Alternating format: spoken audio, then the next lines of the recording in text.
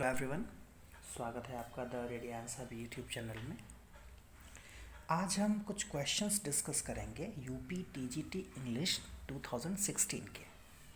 इसमें specially word meaning या spelling से रिलेटेड कुछ बातें होंगी और बीच बीच में कुछ एक्स्ट्रा एफर्ट जो लगाने ज़रूरी हैं हमें, वो बताऊंगा मैं आपको। यहाँ देखिए क्वेश्चन 20 to 24 के लिए डायरेक्शन दिया हुआ है। Choose the option which is closest in meaning to the word given in capitals. तो ऐसे क्वेश्चन में एग्जैक्ट मीनिंग मिले ये ज़रूरी नहीं है।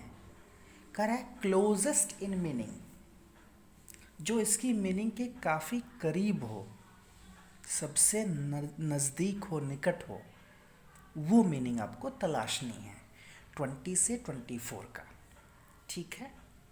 क्वेश्चन नंबर 20 है मॉडरेट। मॉडरेट, पहली बात तो ये कि किसी भी पर्टिकुलर वर्ड को समझने या याद करने के लिए सबसे बेहतर तरीका होता है कि उसे आप कॉन्टेक्चुअलाइज करें। कॉन्टेक्चुअलाइज करें का मतलब कोई प्रसंग बना लें, कोई संदर्भ बना लें और उसमें उसे याद करें तो ज़्यादा अच्छे से याद रहता है, ज़्यादा समय तक याद रहता है। ठीक है। जैसे ही वर्ड मॉडरेट आया, क्या कोई फ्रेज आपके दिमाग में आया? मॉडरेट टेम्परेचर, ज्योग्राफी का फ्रेज है। मॉडरेट टेम्परेचर, जो सी साइड एरिया होता है, जहाँ समुद्र होता है आसपास में, वहाँ का टेम्परेचर ज़्यादातर मॉडरेट होता है। मॉडरेट होने का मतलब न तो बहुत ज़्यादा गर्म न बहुत ज़्यादा ठंडा, यानी बीच का, जिसको एवरेज बोल सकते हैं आप। ठीक है। अब उस एवरेज के लिए इसमें बेहतर वर्ड क्या है? चार ऑप्शन में not extreme, compromising, idealistic, superficial.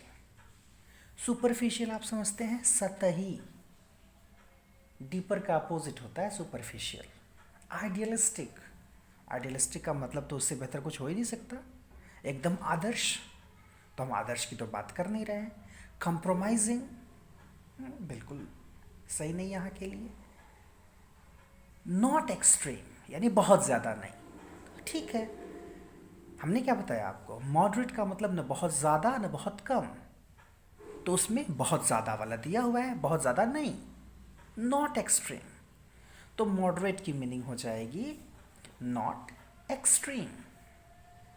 ठीक है। एक्सट्रीम भी बहुत अच्छा शब्द है।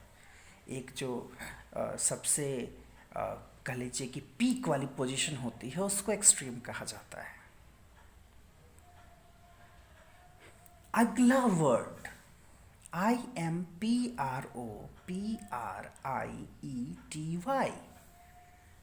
करेक्ट प्रोनाउंसिएशन क्या है इसका? इम्प्रोप्राइटी। इम्प्रोप्राइटी, देखिए, इंग्लिश के स्टूडेंट होने के नाते या इंग्लिश के टीचर अगर आप बनना चाहते हैं तो भी ज़रूरी है कि प्रोनाउंसिएशन पर आपका फोकस ठीक ठाक रहे।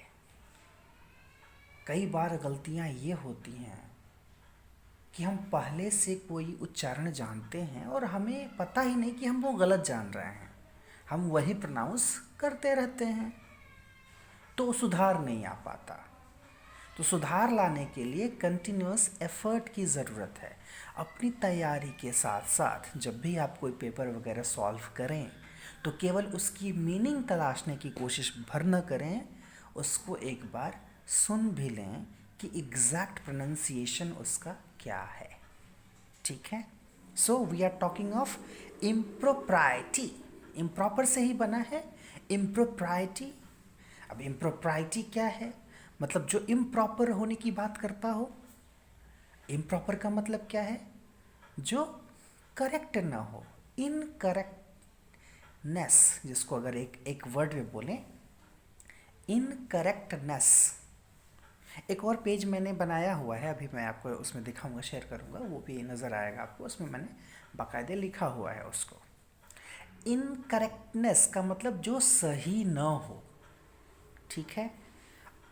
अब किस तरह से सही न हो, इसको बहुत अच्छे से नहीं मेंशन किया रहता है उसमें। मतलब एक आप अपने से सोचे तो आपको समझ में आता है। जो सही ना हो का मतलब जिसका तरीका सही ना हो, नहीं बोलते हैं कि कोई काम प्रॉपर तरीके से किया करो। तो अगर कोई इम्प्रॉपर तरीके से करता है ना, तरीका उसका गलत है, वे जो है, अप्रोच जो है वो गलत है। तो अब ऑप्शन देखिए, state of confusion and chaos, ये तो होगा नहीं, इसको बोलते हैं एट अ लॉस, अगर एक फ्रेज इसके लिए आप याद करना चाहें। देखिए, तैयारी का एक तरीका ये भी होता है। जनरली कभी कभी ऐसा लगता है सोच करके कि क्या क्वेश्चन पेपर सॉल्व कर लेने से आपकी तैयारी हो जाएगी। जी नहीं, तैयारी नहीं हो जाएगी। और मैं सॉल्व करके आपको ये दावा नहीं कर रहा कि आपकी पूरी तैयारी करा दे रहा मैं बस बता रहा हूँ तैयारी करते कैसे हैं। एक पेपर का एग्जाम्पल लेकर के मैं समझाने की कोशिश भर कर रहा हूँ, ठीक है। तो मेरे ये कहने का मतलब है कि जब आप क्वेश्चन पेपर सॉल्व करते हैं, don't try to get just exact answer of a particular question, you have to do something more. और वो समथिंग मोर क्या कर सकते हैं आप? एक तो प्रोनाउंसिएशन का आपका है, दूसरा ऑब्वियसली जो वर्ड सामने आ रहे हैं, जो थोड़े लग रहे हैं कि जानना है इनको, उनकी मीनिंग्स ज़रूर तलाशें। तीसरा, अब जो ऑप्शंस आपके सामने हैं, केवल एक एग्जैक्ट ऑप्शन की तलाश में न रहें, बाकी जो ऑप्शंस हैं वो क्या कन्वे कर रहे हैं, क्या उनकी भी कुछ मीनिंग है, क्या उनके बारे में भी कुछ जाना जा सकता है, क्या उससे कुछ अलग तैयारी भी हो सकती है, कुछ अलग पॉइंट मिल सकते हैं, उसको भी ध्यान में रखें।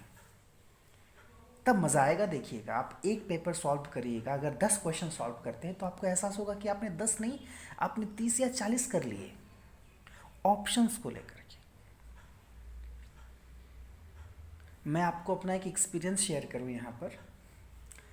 BHU MA इंग्लिश का एंट्रेंस एग्ज़ाम देना था मुझे, सपना था BHU,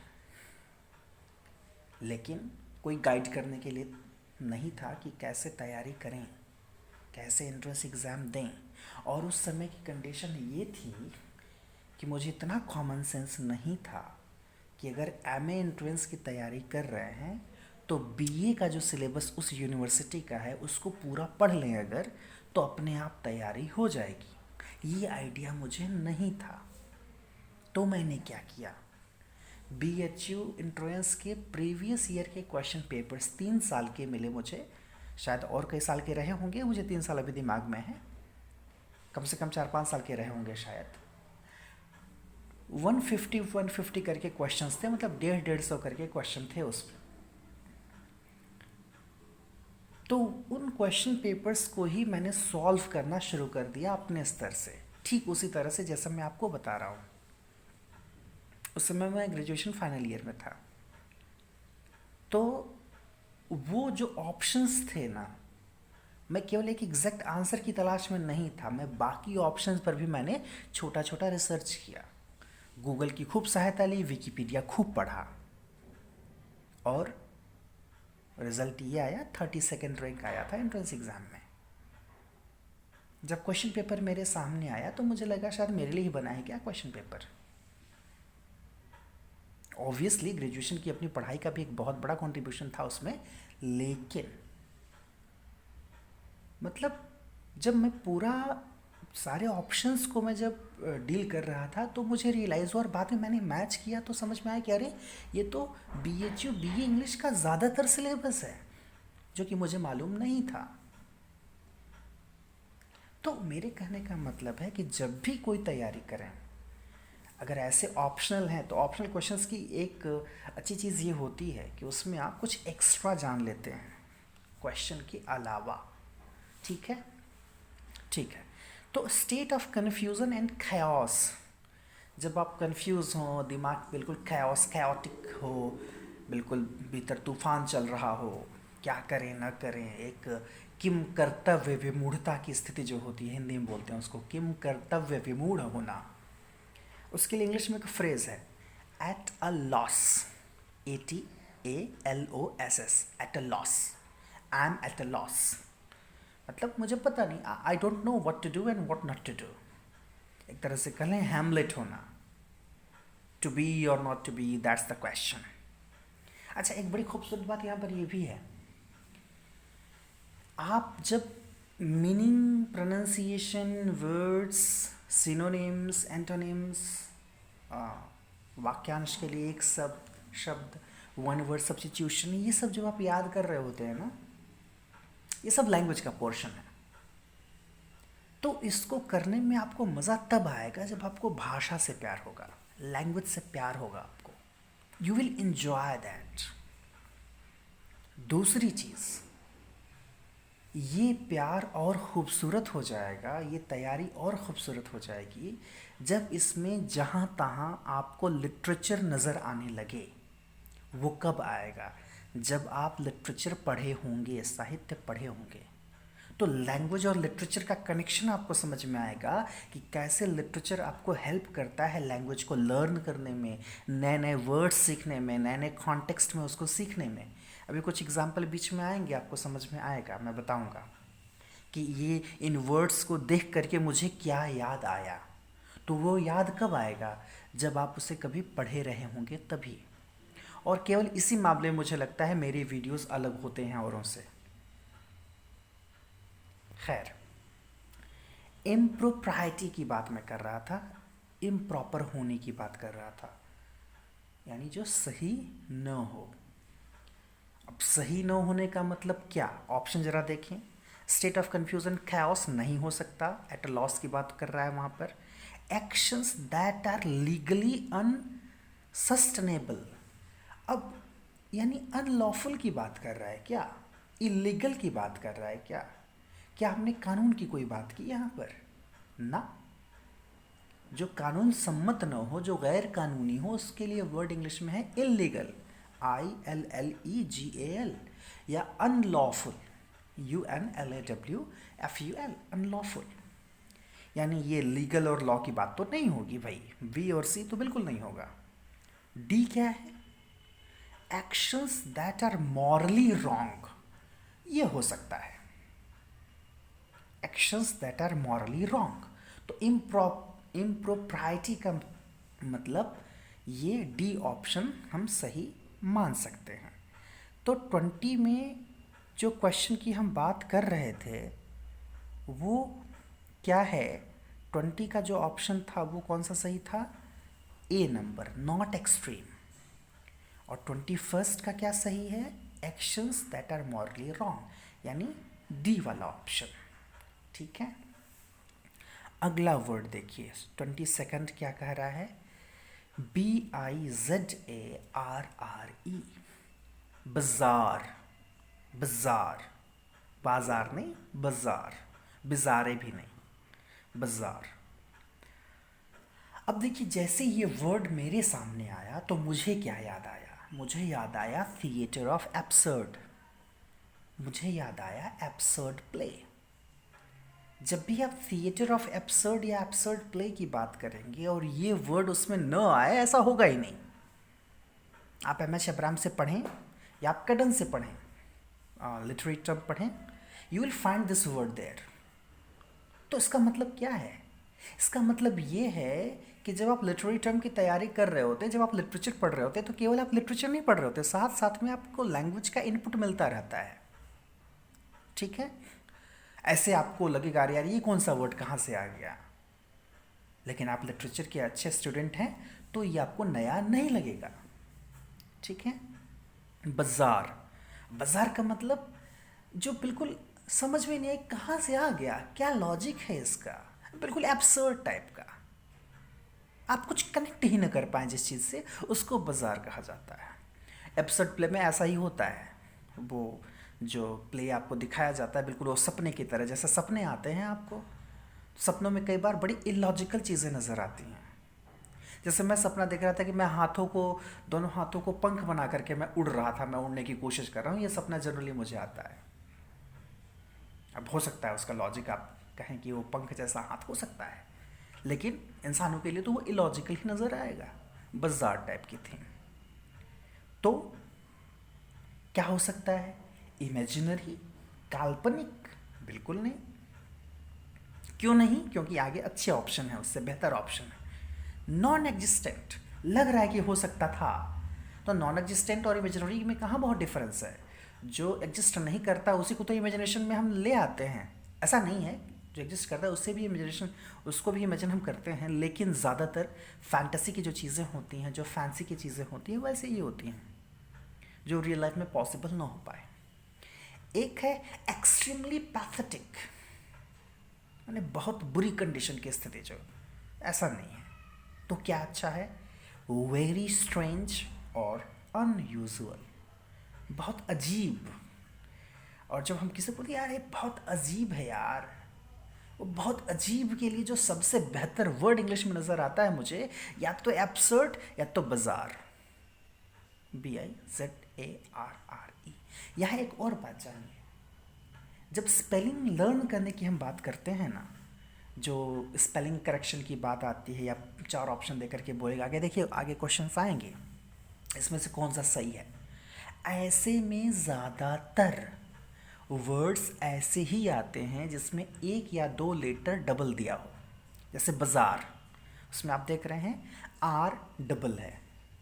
अब इसमें कन्फ्यूज़न हो सकता है बाद में आपको कि Z डबल होता है कि R डबल होता है। तो ऐसी चीज़ों के लिए, इससे बचने के लिए ज़रूरी है ज़्यादातर लिखना। जैसे मैंने देखा है कुछ लोगों को केवल पढ़ने में बहुत मज़ा आता है, कुछ लोगों को केवल लिखने में बहुत मज़ा आता है। दोनों ज़रूरी है, दोनों की हैबिट रखिए। कंपटीशन निकालना है तो राइटिंग हैबिट अच्छी होनी चाहिए। और अब तो ये और ज़रूरी हो गया है, देखिए GIC लेक्चरर का जो फॉर्म आया हुआ है उसमें तो मेंस को रिटन कर दिया और इंटरव्यू हटा दिया। तो और ज़रूरी भी है, आप लैंग्वेज के स्टूडेंट हैं, लिटरेचर के स्टूडेंट हैं, अगर आप अच्छा लिख नहीं पा रहे हैं तो ये कमी है आपकी, उसको स्वीकार कीजिए और बेहतर लिखने की कोशिश कीजिए, प्रयास कीजिए। चलिए आगे आते हैं अगले क्वेश्चन पर। ASSIDUOUS,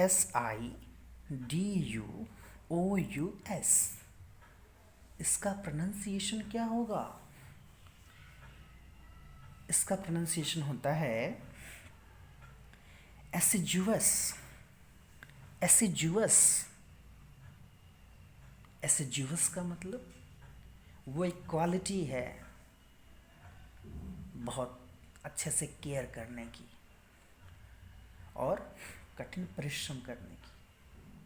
working hard and taking great care. हर इंसान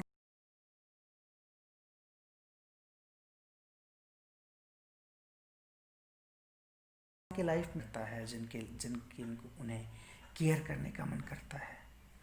So we have some people in our life for whom we want to become assiduous. Assiduous, वो बड़े assiduous नेचर का है, उसका बिहेवियर बड़ा assiduous है। ठीक है, अच्छा, और जो ऑप्शन है वो क्या बता रहे हैं आप? पहला वर्ड क्या है? एंग्शियस। एंग्शियस एंग्जाइटी से बना है। जब आपके अंदर बहुत एंग्जाइटी हो, बड़े आप परेशान हैं, घबराहट है किसी चीज़ को लेकर, तो आप एंग्शियस हो जाते हैं। इनडिफरेंट टू वंस सराउंडिंग्स, ये तो बाबा जी टाइप के लोग होते हैं जिनको सराउंडिंग से खास फर्क नहीं पड़ता, तटस्थ टाइप के लोग। क्या दुख, क्या सुख, क्या लाभ, क्या हानि, क्या जन्म, क्या मरण, एकदम इनडिफरेंट। तटस्थ के लिए वर्ड तो कई सारे हैं। एक तो होता है नन अलाइंड, ये टर्म आपको मिलेगा नन अलाइंड मूवमेंट, अगर आपको याद होगा, जो पंडित नेहरू के समय चला था कि हम किसी सुपर पावर की तरफ नहीं रहेंगे, न तो इनकी तरफ रहेंगे न तो उनकी तरफ रहेंगे, बिल्कुल तटस्थ रहेंगे, हम नन अलाइंड रहेंगे। तो नन अलाइंड एक वर्ड है। उसके अलावा एक वर्ड होता है डिसइंटरेस्टेड। डिसइंटरेस्टेड, देखिए एक वर्ड है इंटरेस्टेड यानी रुचि लेने वाला, उसका अपोजिट होता है अनइंटरेस्टेड, रुचि नहीं लेने वाला। और एक जो तीसरा पहलू है वो होता है डिसइंटरेस्टेड, यानी जिसको फर्क नहीं पड़ता रुचि या रुचि उससे मुक्त है, वो है disinterested, indifferent to one's surroundings. अब इसके लिए एक और वर्ड है इंग्लिश में एपैथेटिक, ठीक है, एपैथेटिक, APATHETIC। बगल में मैंने उसको रखा हुआ है, ये बाकायदे लिख करके रखा है, आप परेशान मत होइएगा। ये देखिए लिखा है ना, moderate means average, impropriety means incorrectness, indifferent to one's surrounding is called apathetic। One word substitution भी याद हो गया एक तरह से आपको, ठीक है।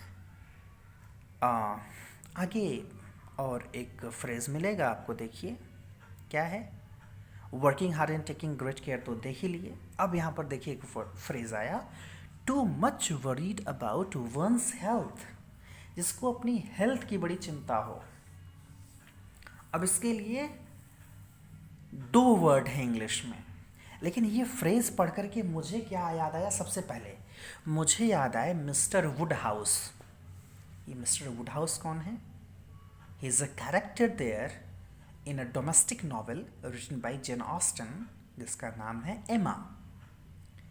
एमा के जो फादर हैं मिस्टर वुडहाउस, वो बड़े क्या हैं, वेल्टुडिनेरियन, वेल्टुडिनेरियन।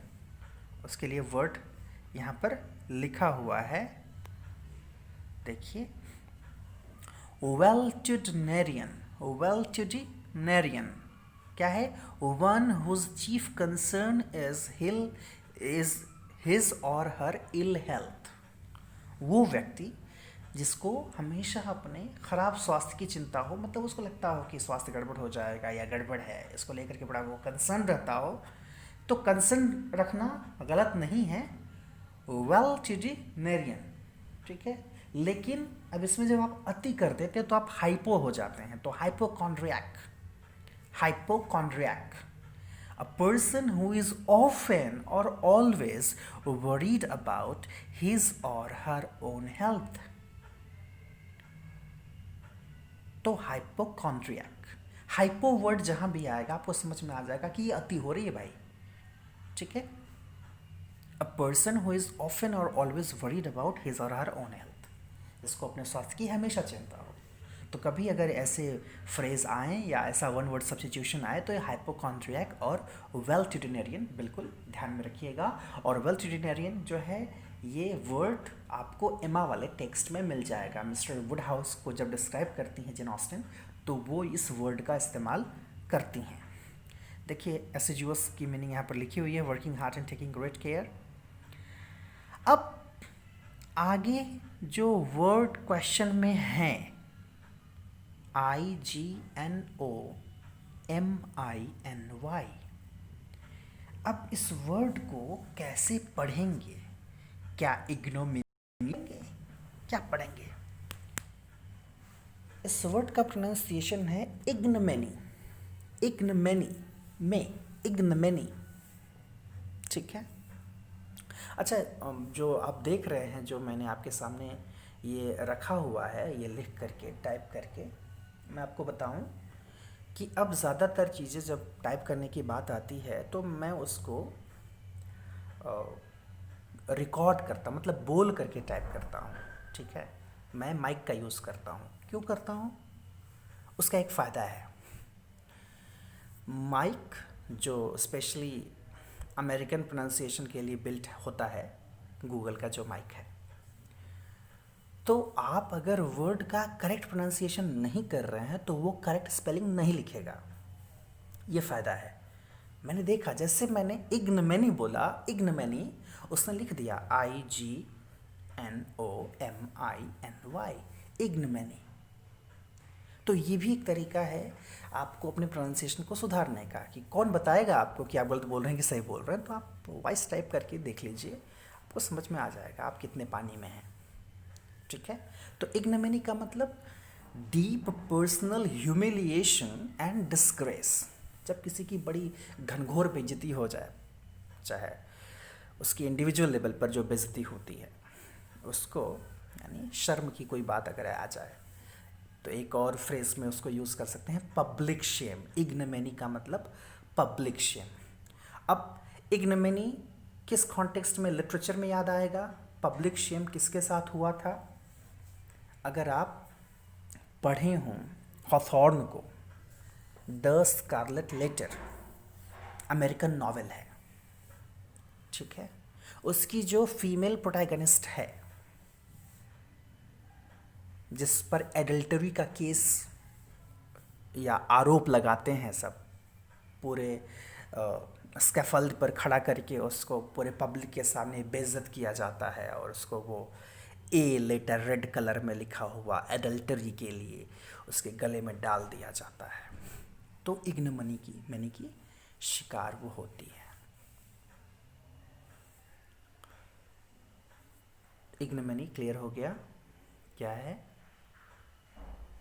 स्टेट ऑफ डिसऑर्डर, तो इसको आप कायोस भी कह सकते हैं, बीइंग chaotic कह सकते हैं।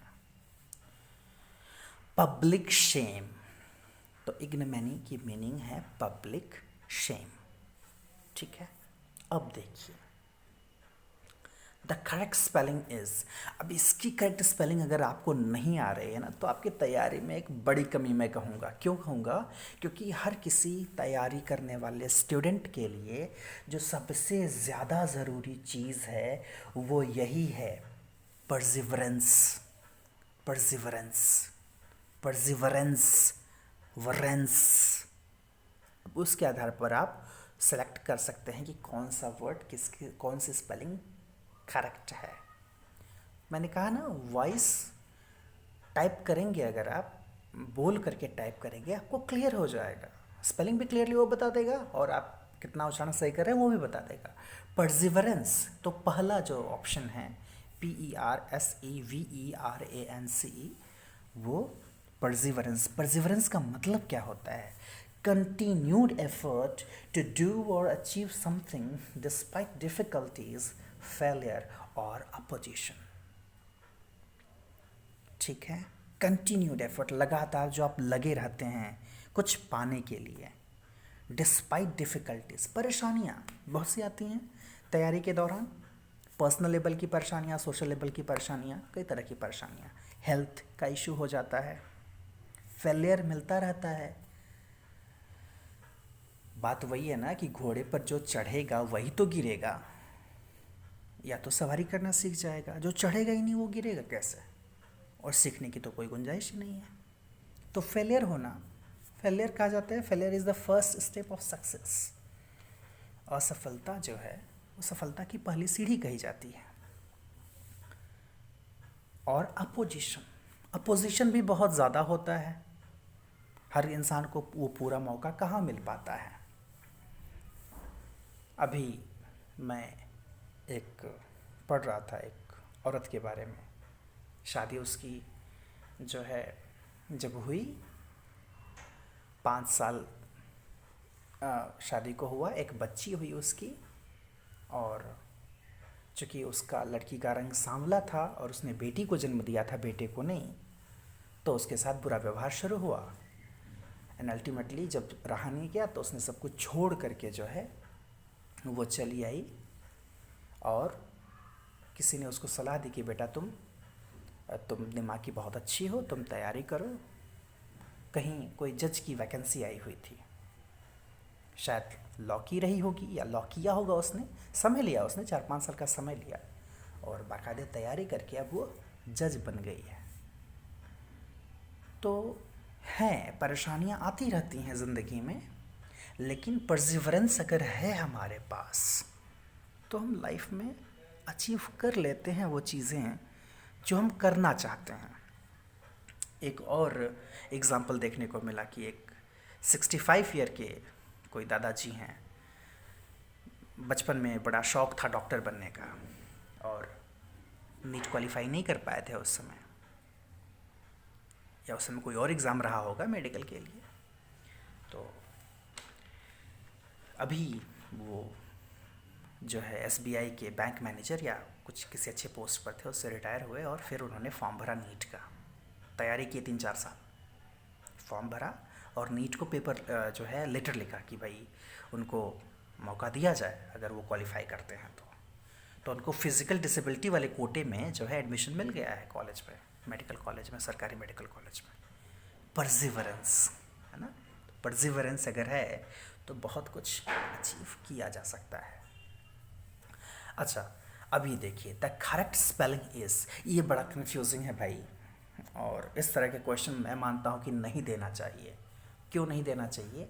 क्योंकि भले ही हम being the student of literature, अगर हम कहें इंग्लिश के लिटरेचर के स्टूडेंट होने के नाते हम कहें कि हम ब्रिटिश इंग्लिश को ही ध्यान में रखेंगे, रखना होता है ज़रूर ब्रिटिश इंग्लिश को, लेकिन आप अमेरिकन को इग्नोर नहीं कर सकते भाई। तो यहाँ जो हैम्ब्रिज की स्पेलिंग दी है ना, उसने दोनों स्पेलिंग दे दी है, अमेरिकन भी दे दिया है, ब्रिटिश भी दे दिया है। अब इसकी जानकारी कैसे हो? HAEM करके जो शुरुआत होगी वो ब्रिटिश इंग्लिश होगी, और HEM जो होगा वो अमेरिकन इंग्लिश होगा। ठीक है, तो आप देख रहे हैं डी ऑप्शन, HEMORRHAGE, हैम्ब्रिज, ये अमेरिकन इंग्लिश है, और HAEMORRHAGE जो है ये ब्रिटिश इंग्लिश है। आपके सामने दोनों आ जाए तो क्या करेंगे? ब्रिटिश को आप ज़्यादा वैल्यू देंगे। ठीक है, और एक तरीका और होता है कंपटीशन में, अगर आपको लगे कि कोई 2 ऑप्शन लगातार सही नज़र आ रहे हैं तो जो पहला वाला सही होता है उसको सही किया जाता है, उस हिसाब से भी सी ऑप्शन ही सही होगा। ठीक है, अब यहाँ देखिए एक बड़ी खूबसूरत चीज़ जो मुझे नज़र आई, आर्टिफिशियल इंटेलिजेंस की खूबसूरती क्या है। जब मैं ये वॉइस से टाइप कर रहा था, हैम्ब्रिज मैंने जब बोला तो स्पेलिंग यही ऊपर वाली लिख करके आई, अमेरिकन वाली, HEMORRHAGE, अमेरिकन इंग्लिश में। हैम्ब्रिज का मतलब जो एक्सेसिव ब्लड लॉस हो जाता है, ज़्यादा खून जो है बह जाता है, जिसमें मौत की संभावना बढ़ जाती है पूरी, वो हैम्ब्रिज, जैसे ब्रेन हैम्ब्रिज आपने सुना होगा। अब जैसे हैम्ब्रिज की बात करें तो तुरंत मेरे दिमाग में जो बात आई वो आई थी फेयरवेल टू द आर्म्स की, अर्नेस्ट हेमिंग्वे की का जो नॉवेल है, उसमें जो लेडी प्रोटैगनिस्ट है, while giving birth to a child, बच्चे को जन्म देते समय उसे हैमरेज हो गया था, यानी एक्सेसिव ब्लड लॉस हो गया था, शी कुड नॉट लिव, मर गई थी वो। तो हैमरेज अमेरिकन। फिर दोबारा मैंने कहा कि चलो ठीक है, हैमरेज फिर से बोल लेते हैं और स्पेलिंग को करेक्ट कर लेंगे। तो हैमरेज बोला जैसे मैंने, तो वो अमेरिकन वर्ड, अमेरिकन स्पेलिंग ही लिखा उसमें, लेकिन जैसे हैम्ब्रिज बोल करके ब्रिटिश बोला मैंने, उसने स्पेलिंग चेंज कर दिया हैम्ब्रिज का, और हैम्ब्रिज की स्पेलिंग ये आ गई, HAEMORRHAGE। क्या खूबसूरत आर्टिफिशियल इंटेलिजेंस है, सोचिए। तो टेक्नोलॉजी का अगर इस्तेमाल हम अपने लिए करें तो हम बहुत बेहतर तरीके से कर सकते हैं, और कम एफर्ट में ज़्यादा कुछ गेन कर सकते हैं, और बड़ा मज़ा आएगा, आप देखिएगा। ठीक है, अगला word, the correct spelling is accommodate, accommodate। तो मैंने कहा ना कि जो डबल स्पेलिंग वाले रहते हैं ना, ज़्यादातर वही स्पेलिंग में पूछता है। कुछ लोग पूछते हैं कि कैसे तैयारी करें, ये स्पेलिंग वाला लोचा क्या है, तो बहुत कठिन नहीं है, इसको आप लिख लिख करके जितनी प्रैक्टिस करेंगे ना उतना बेहतर होता चला जाएगा। ठीक है, कौन सी स्पेलिंग सही है? तो पहला वाला ही, ACCOMMODATE। एक और आदत डालिए, जो डबल वाला है ना, जो बोलते हैं आप डबल C डबल M, ये गलत तरीका है।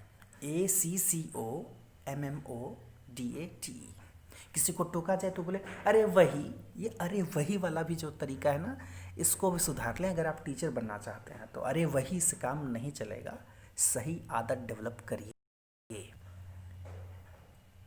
अगला word, the correct spelling is, कितना ब्यूटीफुल वर्ड है, efflorescence. Efflorescence, efflo, flower floor floor flower flower flower flower दिमाग में कर रहा है, फूल का खिलना जिसको ब्लॉसमिंग बोलते हैं। क्या है करेक्ट स्पेलिंग? देखिए यहाँ लिखा हुआ है EFFLO, efflorescence. efflorescence, EFFLORESCENCE, efflorescence मतलब ब्लॉसमिंग, जो कली खिल करके फूल बनती है, वो जो प्रोसेस है, दैट इज एफ्लोरेसेंस. देन ये भी बड़ा अच्छा वर्ड है. जैसे मैं अगर आपको कहूँ, आगे जो करेक्ट स्पेलिंग की बात कर रहा है, रेमिनिसेंट. Reminiscent, REMINISCENT. रेमिनिसेंट क्या है? जैसे मैं आपको कहूँ, याद करिए अपने स्टूडेंट लाइफ में, आपके ग्रेजुएशन पोस्ट ग्रेजुएशन के दौरान या हाई स्कूल इंटर के दौरान, जब आप अपने फ्रेंड्स के साथ सड़क पर जा रहे होते थे हंसते खिलखिलाते. जैसे ही मैं कहूँगा, आपका जो मूड है वो रेमिनिसेंट हो जाएगा. रेमिनिसेंट मूड, कुछ याद आ जाएगा आपको. आप या अभी अभी मैं तो प्रेजेंट में बात कर रहा हूँ, लेकिन सुन करके आप अपने पास्ट में चले जाएंगे और उस एक्सपीरियंस को याद करना शुरू कर देंगे, तो आपका जो मूड होगा वो रेमिनिसेंट होगा. ठीक है. तो इसी के साथ, इस गुजारिश के साथ कि रेमिनिसेंट मूड में थोड़ा कम रहिए, प्रेजेंट में ज़्यादा जिएं, क्योंकि प्रेजेंट ही आपका फ्यूचर डिसाइड करेगा. प्रेजेंट का एफर्ट आपका फ्यूचर को ब्राइट करेगा. So be ready, work hard, one day the goal will be yours. Thank you.